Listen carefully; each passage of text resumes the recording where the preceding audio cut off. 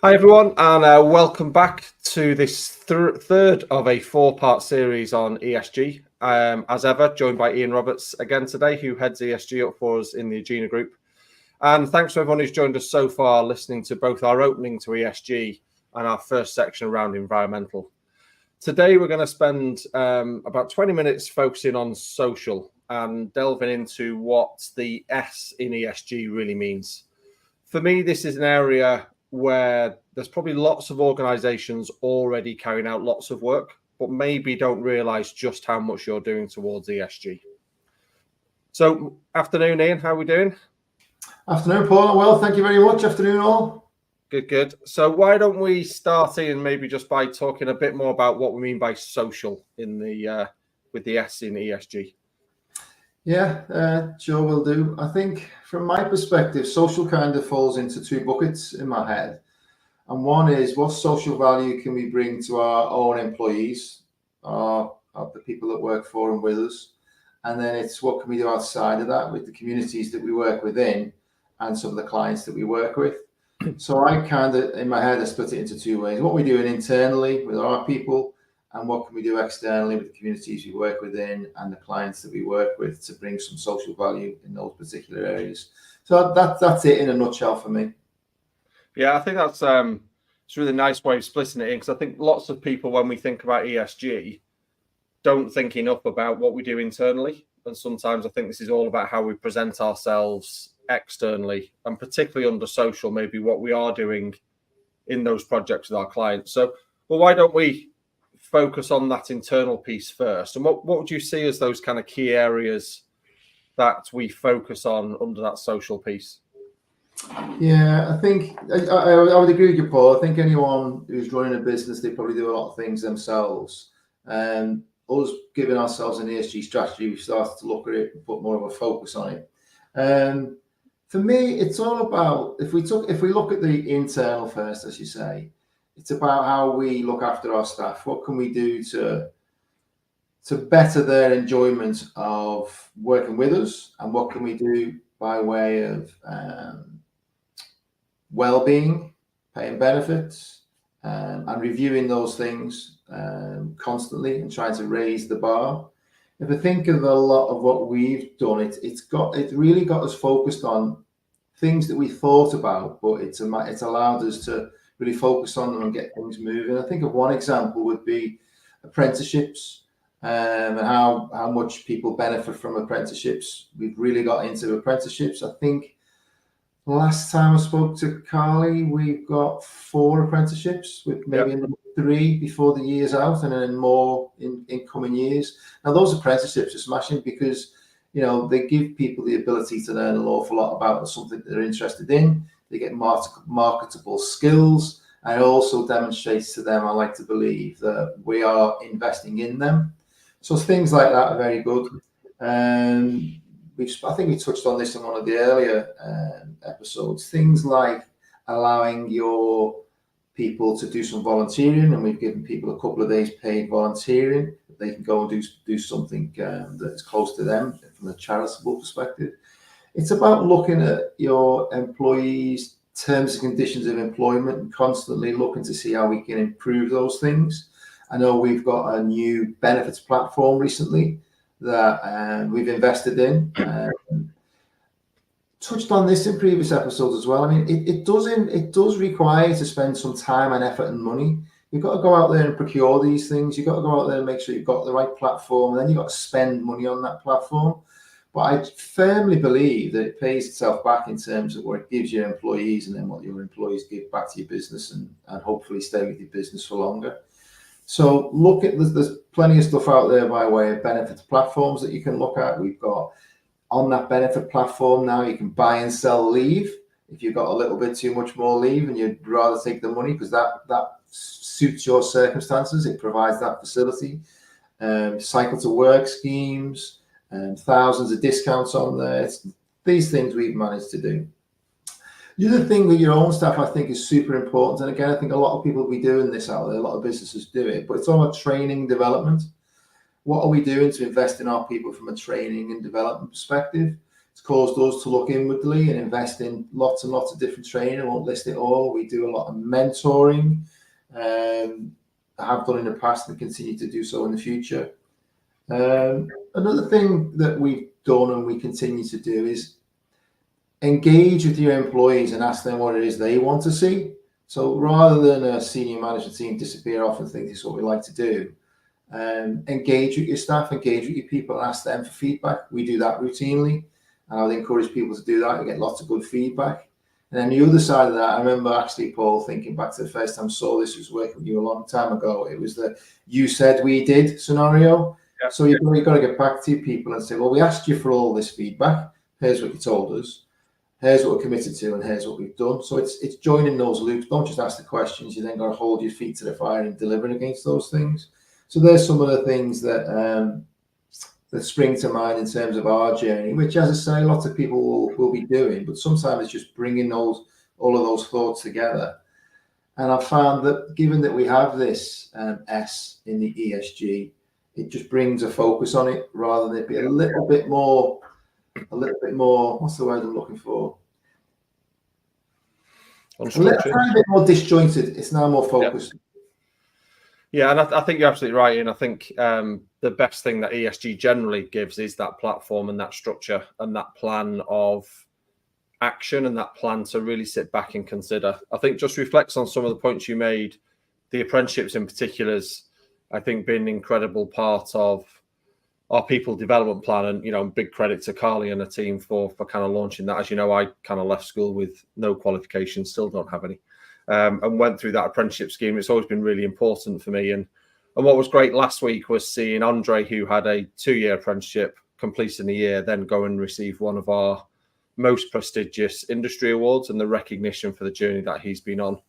And I think through that program, what we call our Rising Stars program, is just opening up opportunities for development for individuals. Apprenticeships are not for people who have just left school or just left college. Mm-hmm. They're for people who want to take maybe a different journey on their career or just want to have a real reset or a real dig into a particular skill or experience. And I think this whole piece around social for me is about making it personal for the employee, about developing schemes and platforms which allow and give the employee some choice. You talked about the benefits package, which allows people to buy and sell leave. We know some people always want to buy more. We know some people probably don't take enough leave and will want to sell some. I'll confess to be in the latter camp. And I think for me, this whole social piece, I guess what it's taught me more than anything is everyone in our organization is important, but everyone is unique and different. And how do we develop and make sure we're being really inclusive, we're being really diverse in our recruitment, in our management of our teams, and we're giving people choice. And I think that choice leads to reduced attrition, reduced to longevity in role, reduce, in some areas will increase loyalty to the business. And I think that's, for me, I guess if we're looking at the internal aspects, that's the really important part for me, is making it personal, giving choice, and then seeing the benefits that flow from that. Yeah, I agree. I think I'll just add to that, Paul. I mean, if you think about it, people are always going to leave all businesses. I think it's our job or your job as an employer to try and come up with as many reasons why they might want to stay as you can.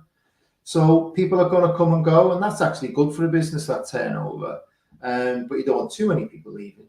And it's your job as an employer to give those people reasons to stay. Yeah. And if they choose otherwise, then that's fine. That's our job, is to try and give people reasons to stay. Yeah, one of our very, very early LinkedIn lives I did with Carly was about stay interviews. Really good. We had some amazing feedback, actually. And again, I'd encourage anybody who's starting out on this ESG journey or wanting to look a little bit more about how they retain talent, is to go back, maybe watch that episode and think about how you can use stay interviews rather than exit interviews. And as we said at the end of the last one, an exit interview is a reactive conversation after someone's decided to leave or is in the process of leaving. Whereas a stay interview, you're much more proactively saying, what is it that keeps you here? And as part of that conversation, we've had some great feedback to talk about maybe the things we do need to think about doing differently, maybe the things that would cause someone to stay if we didn't, cause someone to leave if we didn't change. So yeah, those stay interviews, big part of the process as well for me. So why don't we turn Ian to the external part of social then? And you talked about, I guess, working with clients and supporting the communities. Should we maybe start with a couple of examples of the work we've done so far in ESG, and then we'll build on from that point? Yeah, just before we get into a couple of those examples, again, it's worthwhile.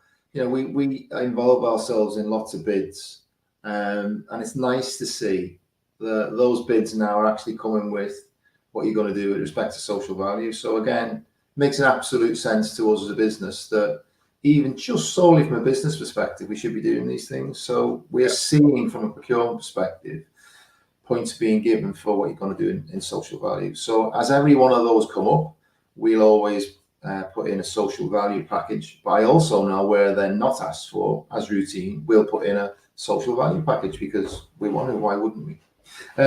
Yeah, a couple of things. Couple of the ones that I really like, and we've advertised previously. One, I like what we've done with an NHS that we work with, where again, we would want to come up with some ideas of how we could help them. And we'd never have thought of what they needed, but what they actually needed was some reading lamps for the people working night shifts. And they were finding they were putting on light switches and disturbing patients' sleep because they didn't have reading lamps.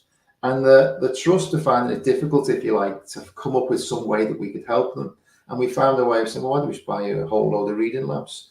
And we could do those things. And they've had real great results for the people that work, but also the patients. So it's just little things like that, but it's managing to unlock through conversations small things which have a big impact. So that's an example of a small thing through a conversation and spending not an awful lot of money that's had a big impact.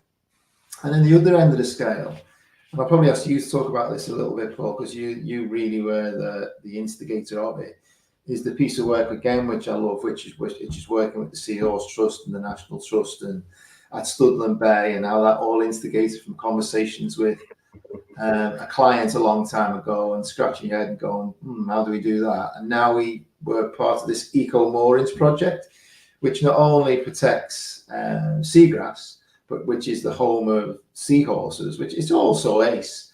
But that's a much bigger project, which involves software development and spending a lot of money. And now I know that you're developing that and looking to spread that out wider. So I'm going to ask you to just elaborate on that a little bit more. And that's where that became a seed and what that seed's turned into now or is about to turn into. Yeah, and you know, it's one of the it brings a smile to my face every time we talk about it. I think if you go back to the heart of the conservation problem that's trying to be fixed, is that, you know, as people are dropping their anchor in their boats, their yachts, their ribs, and they're throwing out all their chain, and then as the tide turns and these boats move with the tide, you see this almost perfect circle being created on the seabed, almost like the crop circles back in the day. Now the problem is where we have sea meadow or seagrass meadows across our coastline, and we've lost about over 90% of our seagrass meadows, not just in the UK but globally, because this seagrass has never been seen as such an important material as it is now, and it's the most efficient plant to absorb carbon. Yeah. And obviously, as we destroy that, not only do we release the carbon it's sequestered, but also we remove it from the seabed. And as you say, it's the most important habitat for the seahorse, which I always thought was a bit like a unicorn, a bit of a mythical creature, but I've become absolutely fascinated with them actually, and I've done a huge amount of work with the Seahorse Foundation and the Ocean Conservation Trust, who do amazing work to try and protect those areas. But I guess our involvement came from a conversation with a client where the client said, I've got a problem and I need some help.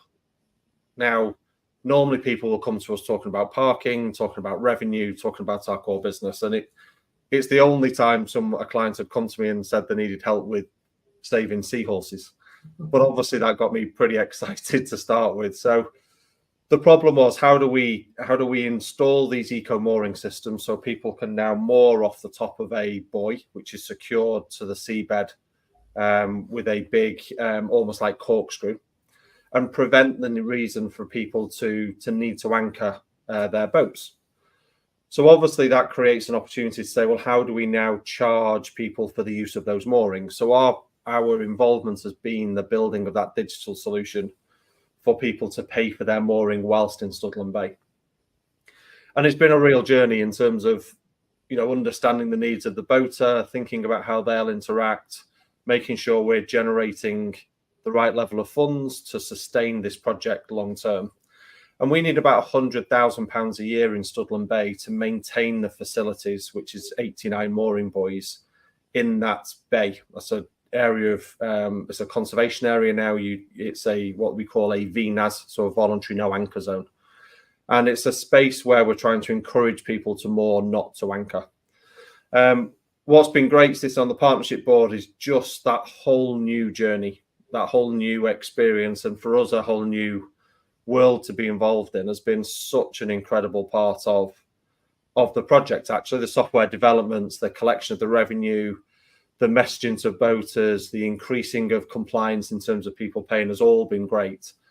But for me to be involved in that project, to create the opportunity for others to be involved as well, has just been such a great thing to do. And I think it has created a real buzz around the organisation, actually, from our marketing teams designing our flyers to some of our projects team involved in the technical delivery.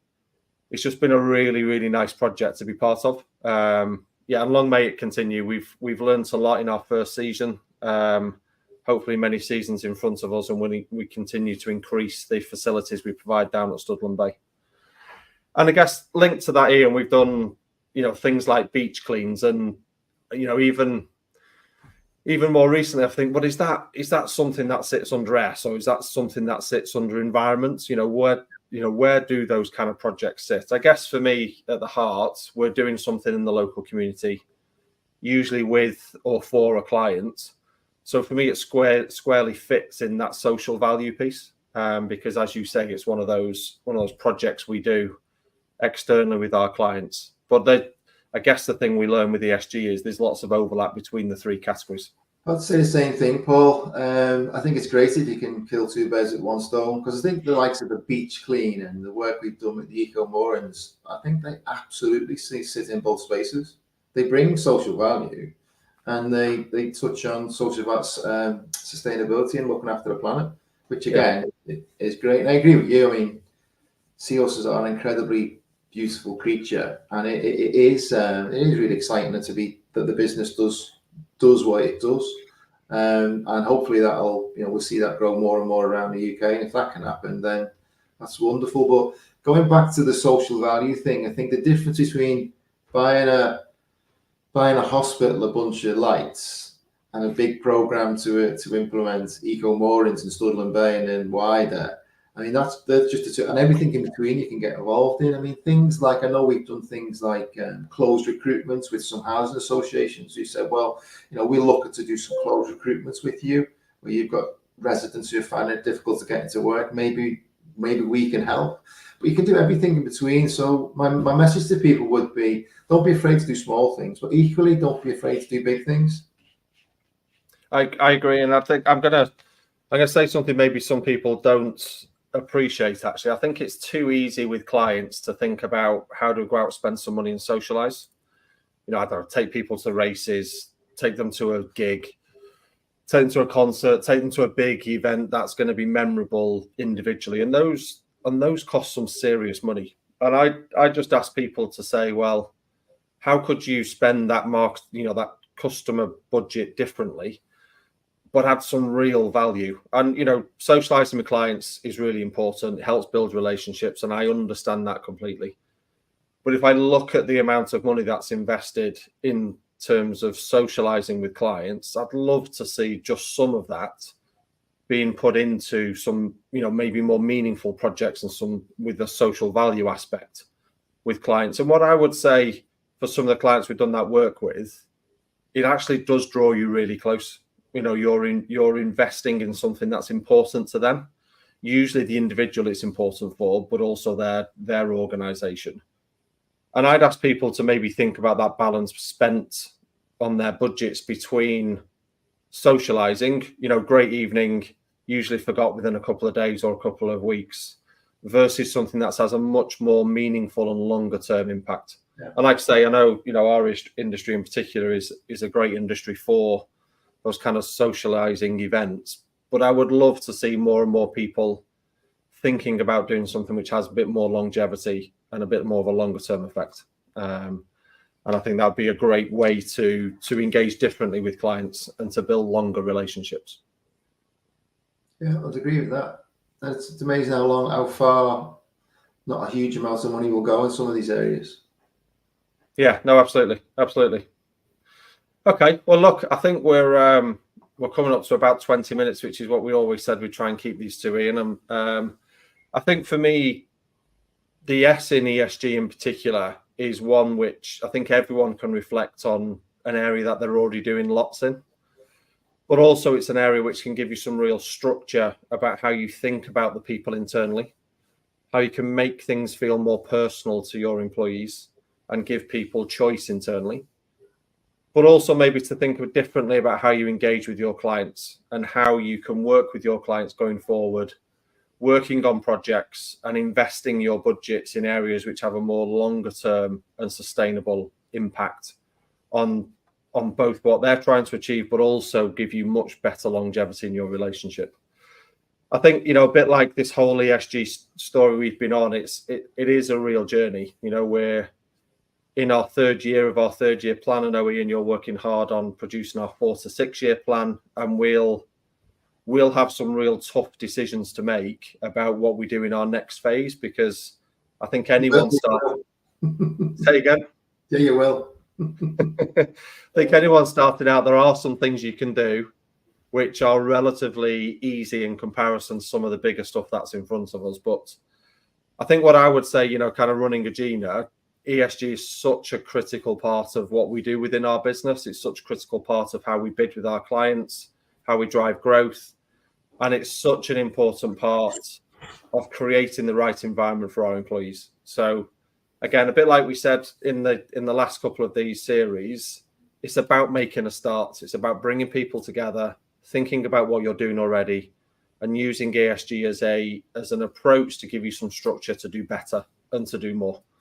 And with that, I think we'll probably wrap up on this social piece. Thanks to everyone who's joined us today. Appreciate everyone who's also watched back. If you've just come across us doing this one on social, I'd really encourage you to go back and maybe watch the first couple just around our general introduction to ESG and then environment. And myself and Ian will be back in 2 weeks' time to conclude this 4-part series on ESG with governance. Now, I know lots of people will think governance is going to be really dull, and I can't promise for it to be overly exciting. But I'm hoping we'll give you a little bit more view on the options you have to help you drive your business forward, and maybe think about how you can take external opinion into your business moving forward. So join us back 2 weeks, same time, and then we'll wrap up this series on governance. But we'll close that out for today. Ian, as ever, thanks very much for your time today, and your insights are always very useful. And we'll speak to everyone very soon. Thanks, everyone. Bye all.